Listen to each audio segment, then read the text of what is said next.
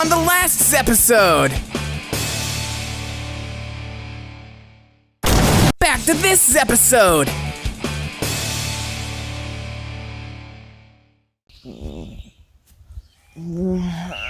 Hey, so I saw the explosion. Did Hasbro send you Yeah, they sent me a pipe bomb.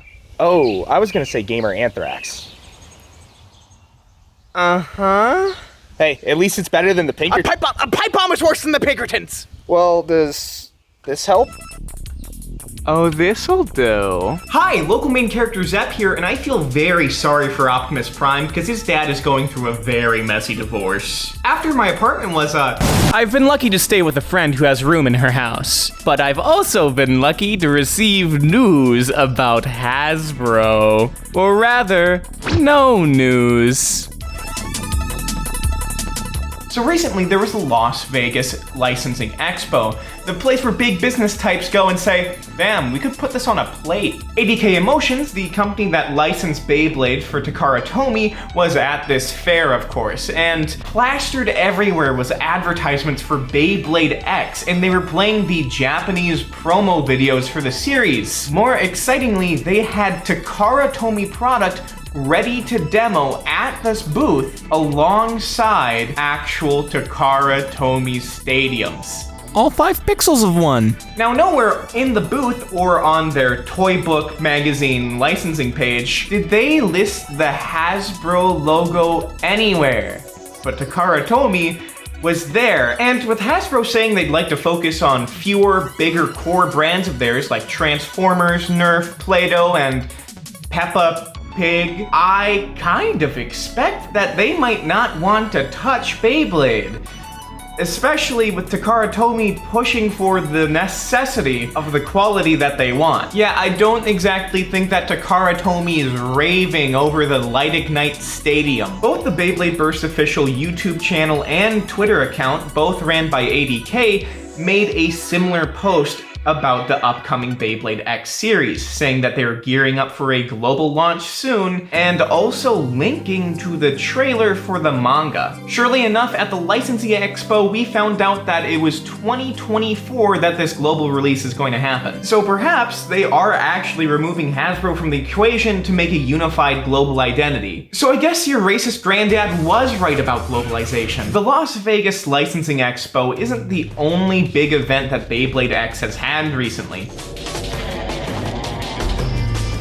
Now, of course, all of your favorite Japanese toy brands were there and advertising all of their major products with their new releases. But whereas Bandai advertised the banger that is Lucky Coliseum, their new trading card game for kids, which is, you guessed it, rock, paper, scissors, we got to see some more Beyblade X stuff. Like this Beyblade that you get for as part of a tax scheme. Yeah, there's a certain Japanese tax scheme where if you donate extra taxes, you are able to get a gift that is worth 30% of the amount that you donated and has to be from the local area. Well, where Takara Tomy headquarters is, you get a version of Dransword with the emblem of the local area. So, you get Beyblades on your tax returns. Japan is a magical country, I guess. The only gift I've ever gotten from the IRS is a warrant for my arrest. They also revealed the Beyblade X crossover project, in which they'll reveal different Beyblades from other generations remade for the X system.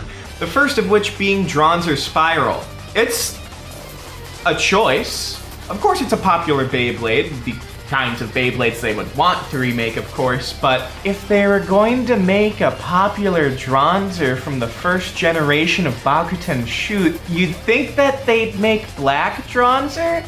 You know, the Beyblade made by Rasputin. I mean, I'm not at all disappointed in this choice, but it's kind of sad that they haven't waited for some kind of equivalent of the Spiral Change base to be released yet, but it'll do. Now they have all 3 logos, meaning that Beyblades from any generation could be made. Bakugan, Meta Bay, Bayburst, anything's on the table, so Rock Orso fans, go wild! The most notable, and I'd say probably the most important thing about this event is the ability to buy Beyblade X early. Every day of Tokyo Toy Show, they had a pre-sale event of Beyblade X. You could buy Drawn Sword, Hell's Scythe, in a stadium. This did not go as planned. All of these items were extremely hard to get, with there only being a couple hundred copies of each Beyblade, and only 48 of the stadium. Both were in a separate booth. So if you wanted to get a stadium, you probably weren't going to get a bay, and if you got a bay, you sure as hell weren't getting a stadium, which is unfortunate because these bays aren't as good in the standard stadiums we've had in the past, meaning they're kind of useless without this specific stadium, a problem which is really unique to this era of Beyblades, whereas even Zero G, though they had the stadium gimmick, you could use them with a standard stadium. Ironically, the red Korokoro Lottery Extreme Stadium is more common than the green standard one. By bringing the Start card that came with the copy of Korokoro that revealed Beyblade X, kids could enter themselves into a lottery where they could win an exclusive stadium amongst other things. There's more of those stadiums going around than the green one. Because even though it was supposed to be only kids entering it, I guess some people who look young enough or came from America and run some kind of Beyblade YouTube channel could probably sneak through. All of the people who ended up getting all of the bays and stadiums had to get there as early as possible. Some people not even sleeping, and even people taking the earliest trains at 4 a.m. not making it in time. Takara Tomy probably should have known the kind of numbers that were going to be at this event, especially at the launch of a new Beyblade, which combines elements of fan favorite parts of every other generation. But in all actuality, they probably wanted to build hype through scarcity, so I guess they achieved that. Their advertisement was also everywhere. Gear Sports was plastered all over the walls alongside photos somewhat resembling the promotional video that they used to reveal the series. These had some really great quotes. The real winner is this one. It's a very heartwarming little message. I think it shows the Beyblade brand in a light that it can really succeed in. And also on Gear Sports news, ADK has been following some sports accounts, and Beyblade was shown off at a Japanese sports festival, or is going to. I guess Gear Sports is still an actual focus that they're trying to deliver on. But the real banger of them all is in this recent Korokoro, we've received the first chapter of the Beyblade manga. 70 pages of peak. Of course, with Demizu working on this, there was great art, as well as the Blowjob Brothers of Kakegurui fame doing some pretty good job on the writing, with having great pacing and a very tight-driven narrative, something that's been lacking from Beyblade for a while. And the featured battle, while not any kind of chess match, was really good. It had a feeling of strategy, there was a back and forth, and there was an actual narrative to the fight being won instead of, I used my special move really strong. There was also a section where Bird, our main character, reminisces about why he likes Beyblade, which felt really personal and as if the writers had some kind of childhood experience with Beyblade, and even if they didn't, they had a really good go at pretending they did and they get it. The chapter overall had a more serious tone than we were used to from Burst, while still being more grounded than Bakugan Shoot or Metal Fight. I especially liked the way that the bays are broken aren't through battle, but through the bay cracker, is what I'm referring to this little device that they use. As they say, this is a culling. The bay cracker is better than just destroying a bay in battle because that's just going extreme within the confines of a fight itself. There's no real agency there. With the bay cracker, when the characters lose, they have to hand over their Beyblade and watch it be destroyed, completely divorced from the game. It's like if you lose a game of cards and the other guy says, "All right, you lost. You know what that means. Hand over your wife, we're going to shoot her." But even though there's this more serious tone, our main character, Common X/X Kurosu, reminds us that it's all about having fun. Which is ironic, because the entire branding of the series is about how it's not fun in games anymore. Though I guess the overall message is take it serious, but remember, it's a game and those are fun.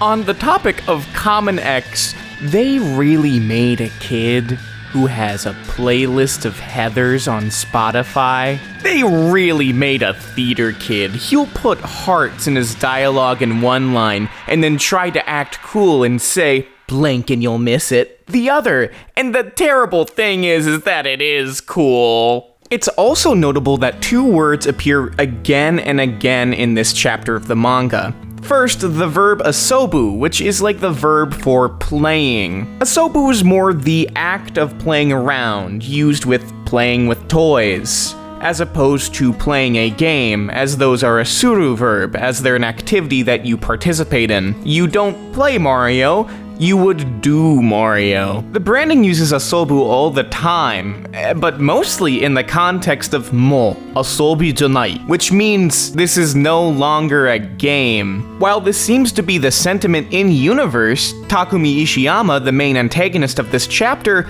makes fun of Common X for calling Beyblade just fun in games using asobu as the verb. But it's pretty clearly spelled out that Takumi is wrong, and that Common X and Bird will get stronger through just playing around and having fun. It seems as if the entire MO of the manga is to draw a line between people like Takumi and our main characters of people who play the game to have fun and get better, or people who play the game to just get better and crush others. It's almost like Takara Tomy has foreseen what kind of environment a purely competitive scene for Beyblade would cause, so they've commissioned the manga in such a way to set up the story to teach people not to be like that. I think taking the story this direction is very good foresight and incredibly smart of them to do. The other highly repeated word that I noticed was chojo, which means a summit, peak, or top of something, usually a mountain, and is used to liken X Tower as some kind of challenge to be overcome. But this peak that they talk about also seems like a physical place or a role, as the top blader Chrome Ryugu is said to be at the peak, with specific CJK brackets to designate this as some kind of proper noun. It'll be interesting to see how these two plot threads turn out. In total, Beyblade X is shaping up to be really good. If they deliver on everything they promise. They have to tread carefully and deliver on all of their promises in order to make gear sports the cultural touchstone around the world they want it to be. If they don't, I don't want to see the world where Hasbro swings back with pig sports.